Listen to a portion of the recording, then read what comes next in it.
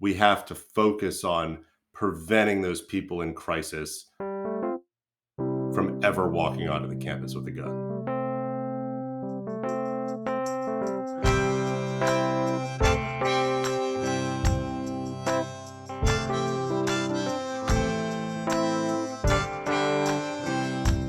Welcome to Talking About Kids. I am your host, R. Bradley Snyder, researcher, activist, and co-author of the What Every Child Needs to Know series of board books for pre-readers.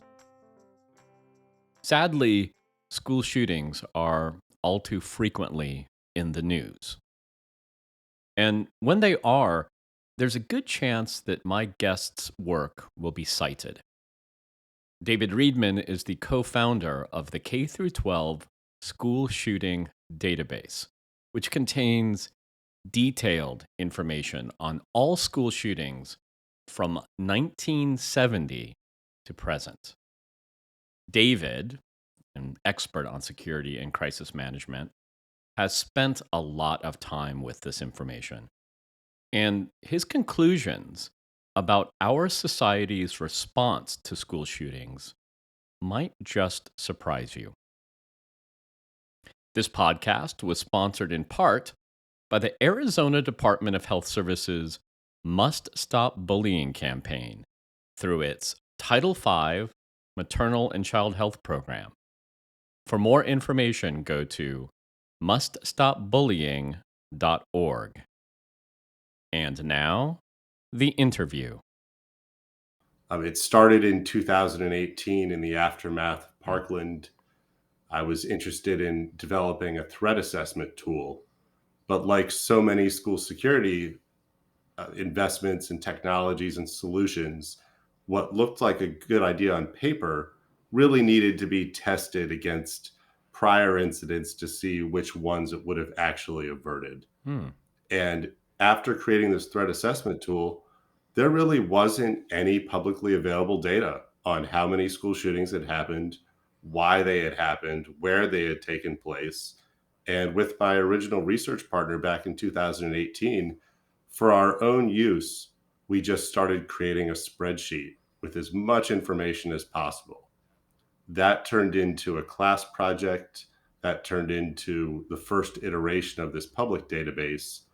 And more than 5 years later, this is detailed information about more than 2,300 shootings at schools over the last 50 years. And in creating this database, you've had to make some decisions about what to include, what not to include. So let's start by talking about how the K through 12 school shooting database defines a school shooting. Yeah, that was one of the most kind of complicated issues to figure out at the start of this project is what is a school shooting and what is a mass shooting, because those are actually just colloquial terms. They're not grounded in any federal policy. They're not codified anywhere in law. It's just what people hear and what's on the news or what's commonly, cited. But really, a school shooting can mean different things to different people and different communities. Right. So a planned attack like Uvalde is something that we think of as a school shooting. But if you're at a school in downtown Chicago and somebody starts firing in the hallway and multiple bystander students are wounded, that also is a school shooting for that community, even though a lot of research would discount that because it wasn't necessarily a planned attack, because maybe somebody involved had gang affiliations, maybe it was related to a drug dispute.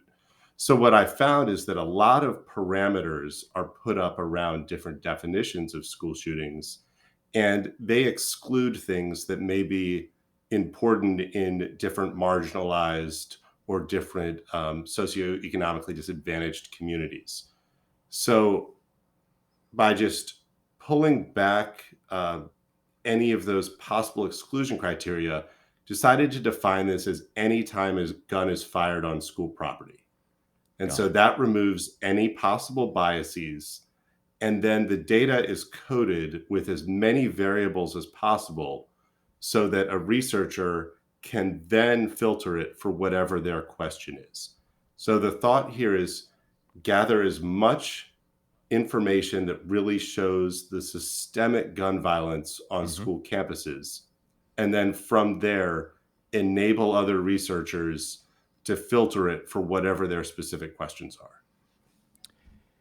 And I think that in making those decisions, I think that it seems like you almost put a parent lens on what to include.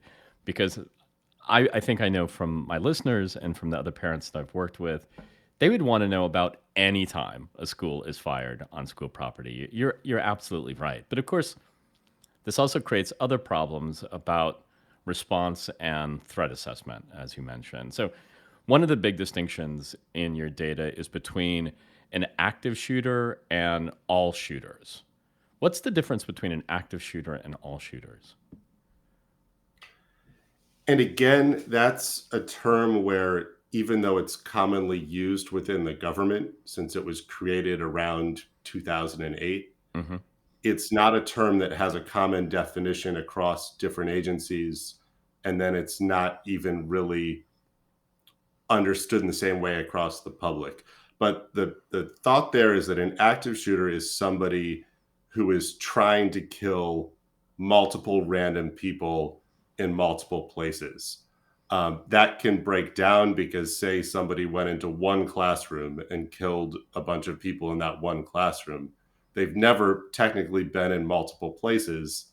So, would that be or would that not be an active shooter? Right. That's where anytime you assign these definitions, there are so many nuances within the circumstances that make that definition a boundary that becomes exclusionary rather than something that's allowing you to kind of capture the full picture of gun violence in schools. So just kind of getting back to it in the spirit of what we commonly think of as kind of that rampage attack school shooting, the ones labeled as an active shooter are Right. that. Somebody just really trying to kill people. And as you mentioned, and this is, reading directly, off of the database, that this could be an altercation at a school sporting event that happens in a parking lot late at night between adults, but a gun goes off, and that would be a school shooting on your database, but not an active shooter event because this was an escalation of an argument. Am I saying that correctly?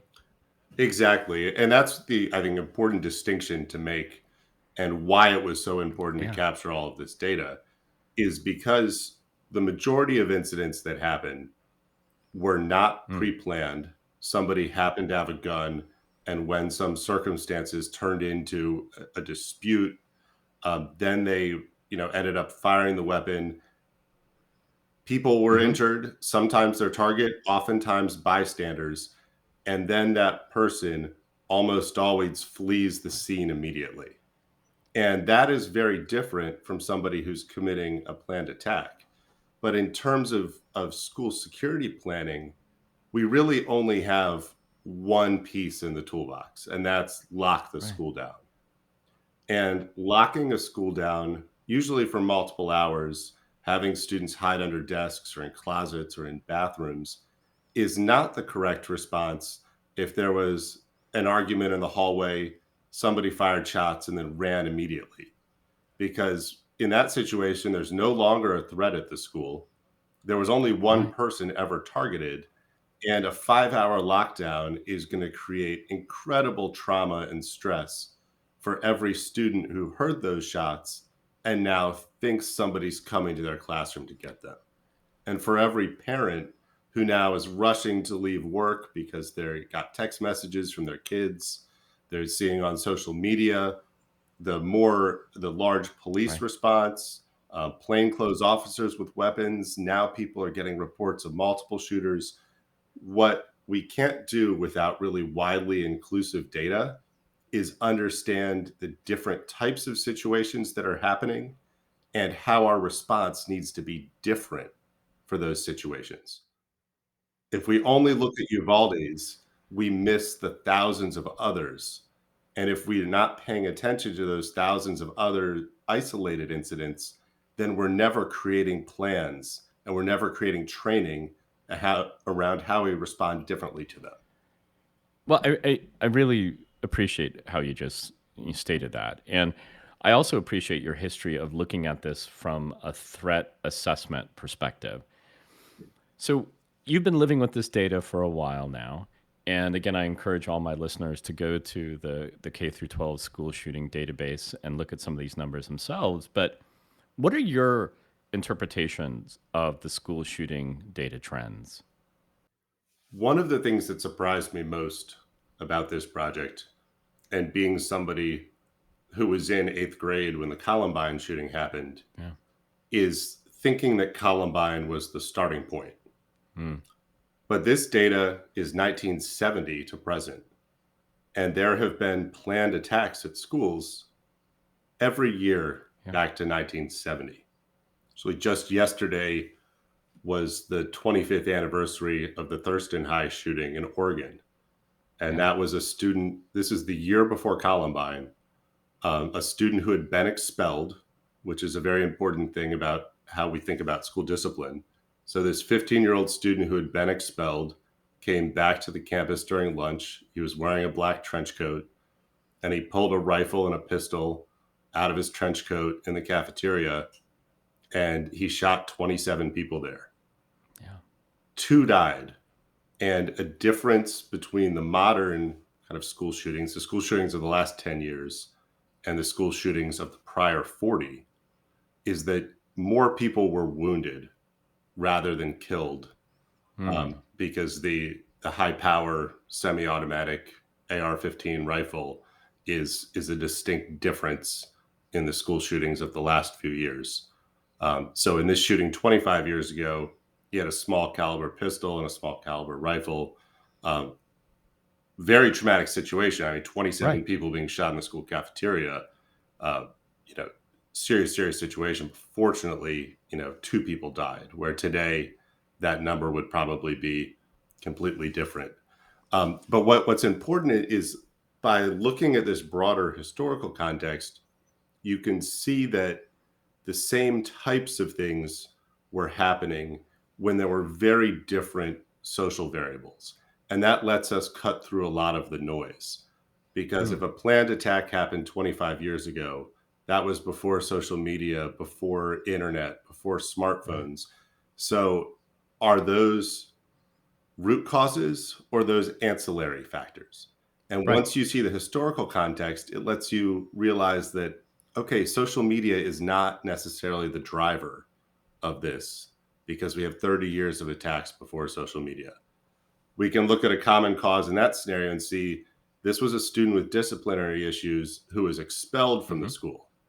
Well, once you expel Hmm. somebody from the school, you're removing them from that school community. You're removing them from all the resources that would either be able to detect that they're getting closer to committing violence or be able to help them through that crisis.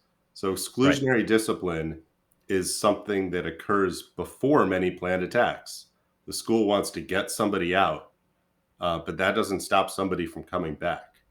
And if you look at Thurston High in 1998, well, 20 years later, 2018 in Parkland, you have an expelled student come back to the school and commit a mass attack. So I Yeah. think that one of the really powerful things in this data is understanding the root causes that have occurred across a 50-year period, because that lets us remove a lot of the noise that's a distraction. Right. No, I think so. There's so much in what you just said there, and my listeners, if they've been listening, they will have heard Professor Aaron Kupchak talk about exclusionary school discipline and how harmful it can be, and this is a measure that he didn't even bring up at the time. The other thing that when you look at the data on your site, we also see a difference between shootings that are happening within a school and shootings that are happening around the school. Can you break that down a little bit? What percentage of shootings happen within a building versus kind of outside on in the parking lots, on the on the school fields? The common conception of a school shooting is somebody entering a classroom and shooting at students inside the classroom. But that's actually a pretty rare scenario in terms of both planned attacks and overall gun violence on school property. So, across the 50 years, only about a third of the shootings occur inside the school building. Mm, Most of them occur in the parking lots or the area surrounding the building.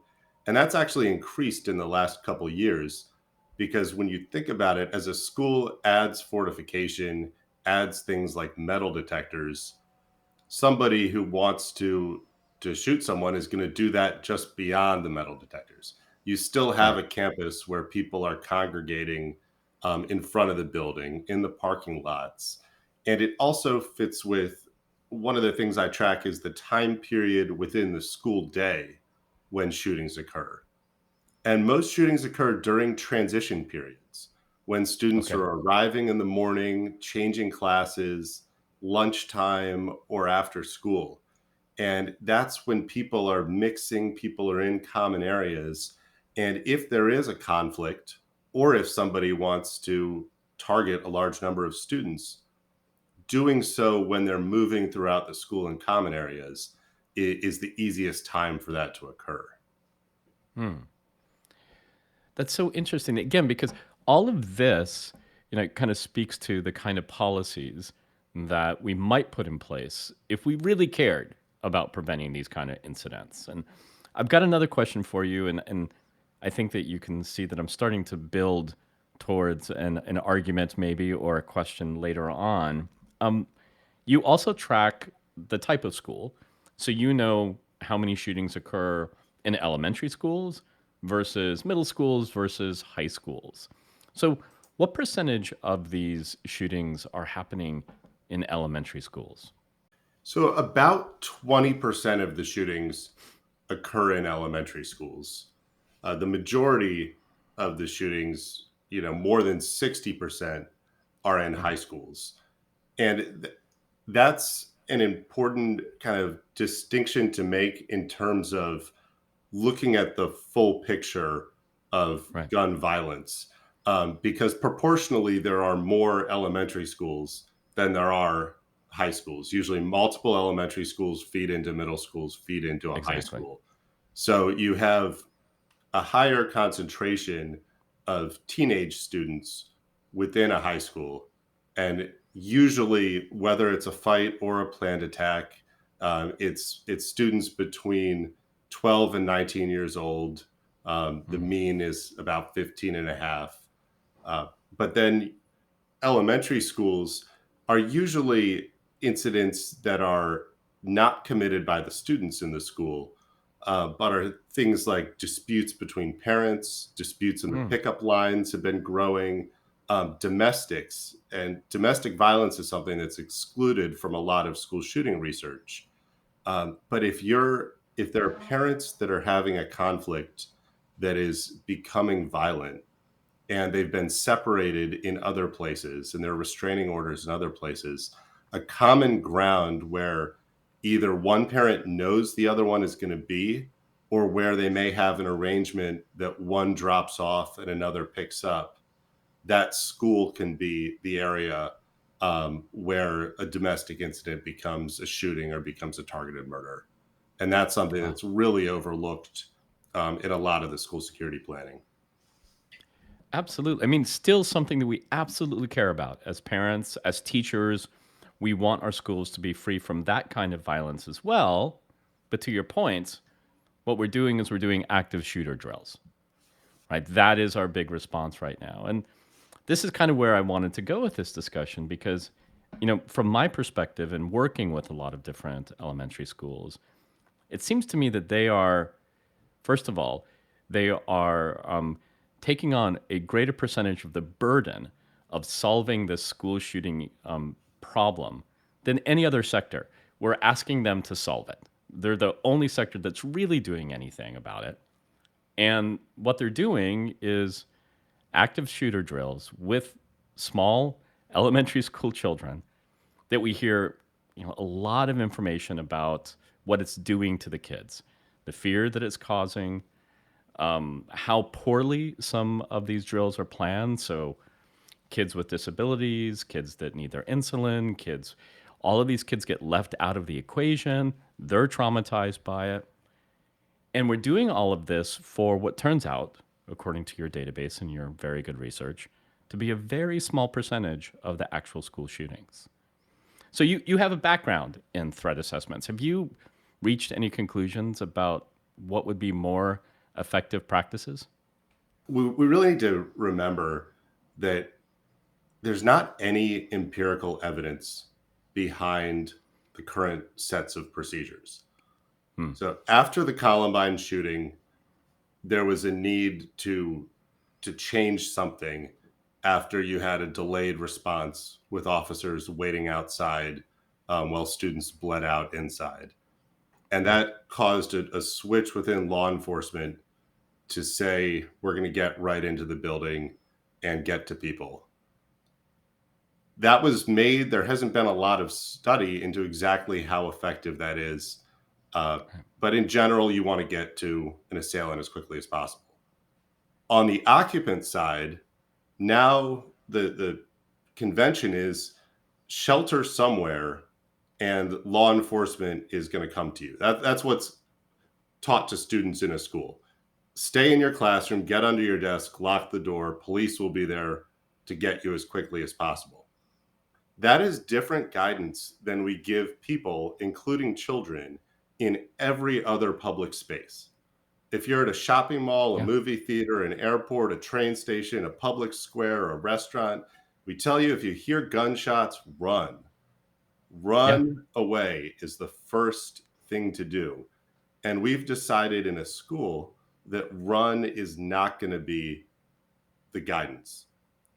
The classroom in Uvalde, if students had run from the classroom rather than sheltered in the classroom, there would have very likely been fewer fatalities there. In Serbia 2 weeks ago, there was a planned attack on a school. A former student came in, and as soon as he walked into the classroom, students started running out of the back of the classroom. There was the second exit. And that student had Molotov cocktails where he was Mm. planning to shoot and then detonate flammable explosives in the school. We have to remember most school shootings are not planned as just a shooting. Yet Right. the blanket guidance is to lock yourself inside a classroom. Many schools are adding fortifications to doors, extra locks to doors, doors that young children or students in wheelchairs or students with access and functional needs are not able to open themselves. And we're doing that in scenarios that often involve plans to light flammable liquids or detonate explosives. I want to point out, and this is with the caveat. I mean, I think, David, you and I agree. I mean, you're in this, I'm in this because we want safe, happy, healthy schools for all kids. And any number of victims is too many. I think that you and I would both agree to that. But even when we look at a spike on one of your charts, like you have relatively complete data for 2022, and there were 303 school shooting incidents in that year. Right? There are nearly 135,000 schools. So 303 incidents at 135,000 schools in the US. So these incidents are rare, thankfully rare, even though they're going up. As we've just discussed, we've seen that if you start to look at those things that are most afraid of, that active shooter in a school, that 303, that number starts to dwindle down and get lower and lower and lower. So, to your point, the thing that we're practicing doesn't even necessarily work for that thing that's incredibly, incredibly rare. So, how would you've put so much effort into this, very excellent resource. How would you like to see the K through 12 school shooting database used in the future? I hope that anytime somebody is thinking about making a purchase of technology or security equipment for a school system, that they take a look at 2,300 incidents from the last 50 years and mark off how many of those incidents that technology would actually stop, and then how many of those incidents that investment or change might actually make it even worse. Mm, And same with lockdown procedures, drills. Say, how many of these incidents line up with our drill? How many times would an incident happen that actually might make our drill into the wrong action to take? So if we have a shooting in a hallway during lunch and we're practicing for a shooting in a classroom every time, do students know what to do when that shooting happens in the right. cafeteria during lunch? If we're adding safe rooms to classrooms, that's an extraordinarily expensive investment, but some school districts are making it. Yeah. That safe room applies to one scenario, one very specific scenario where all of the students are ready inside the classroom and able to get into that really Right. quickly. What happens during lunch when all of those students are in the cafeteria? Do they all run back to their individual classrooms? Or Right. do you end up with 300 students in the closest classroom and only 20 of them can get into the safe room? Those are the types of things to think about when you have this broader context. So you can look at 2,300 incidents and say, how many line up with what we're planning for? How many line up with what we're training for? And how many line up with the purchase we're about to make? And if that's a small number, then you need to rethink those purchases or rethink those procedures. Ultimately, we're putting the responsibility on students and school officials to take action and try to stop somebody who's in their school with a gun. And ultimately, it's already too late. When somebody is on the campus and somebody starts shooting, whether it's one person or 10 people or 50 people that are shot there, it's too late. What we need to do is have the resources and systems to prevent somebody from getting to that campus with a gun. There are common patterns that are leading up to violence. Before mass violence, we know there's a period of crisis, and there are visible red flags before every one of these attacks over the last 50 years. With systemic violence, we know that there are community-based violence interruption programs where when there are disputes between people from different neighborhoods, from people from different areas, that you can see those brewing. You don't just have a shooting occur randomly. There's a warning sign and there's an opportunity to intervene in almost every type of gun violence that can occur on a school campus. So rather than investing so much time and energy and putting the onus on staff and students to take action when it's already too late, we have to focus on preventing those people in crisis from ever walking onto the campus with a gun. David, I want to thank you so much for the effort that you've put into making this database and for your careful consideration of the types of questions that it raises and the types of ways that we could answer. That was David Riedman. For more information about David, including a link to the K through 12 school shooting database, please visit talkingaboutkids.com. From there, you also can find out about upcoming episodes, suggest a topic, learn more about me and my books, or submit your questions for future guests. Our theme song is by The Senators. For more of their music, go to thesenatorsmusic.com. And remember, kids are young goats and young children. And the difference is that young goats are easier to manage.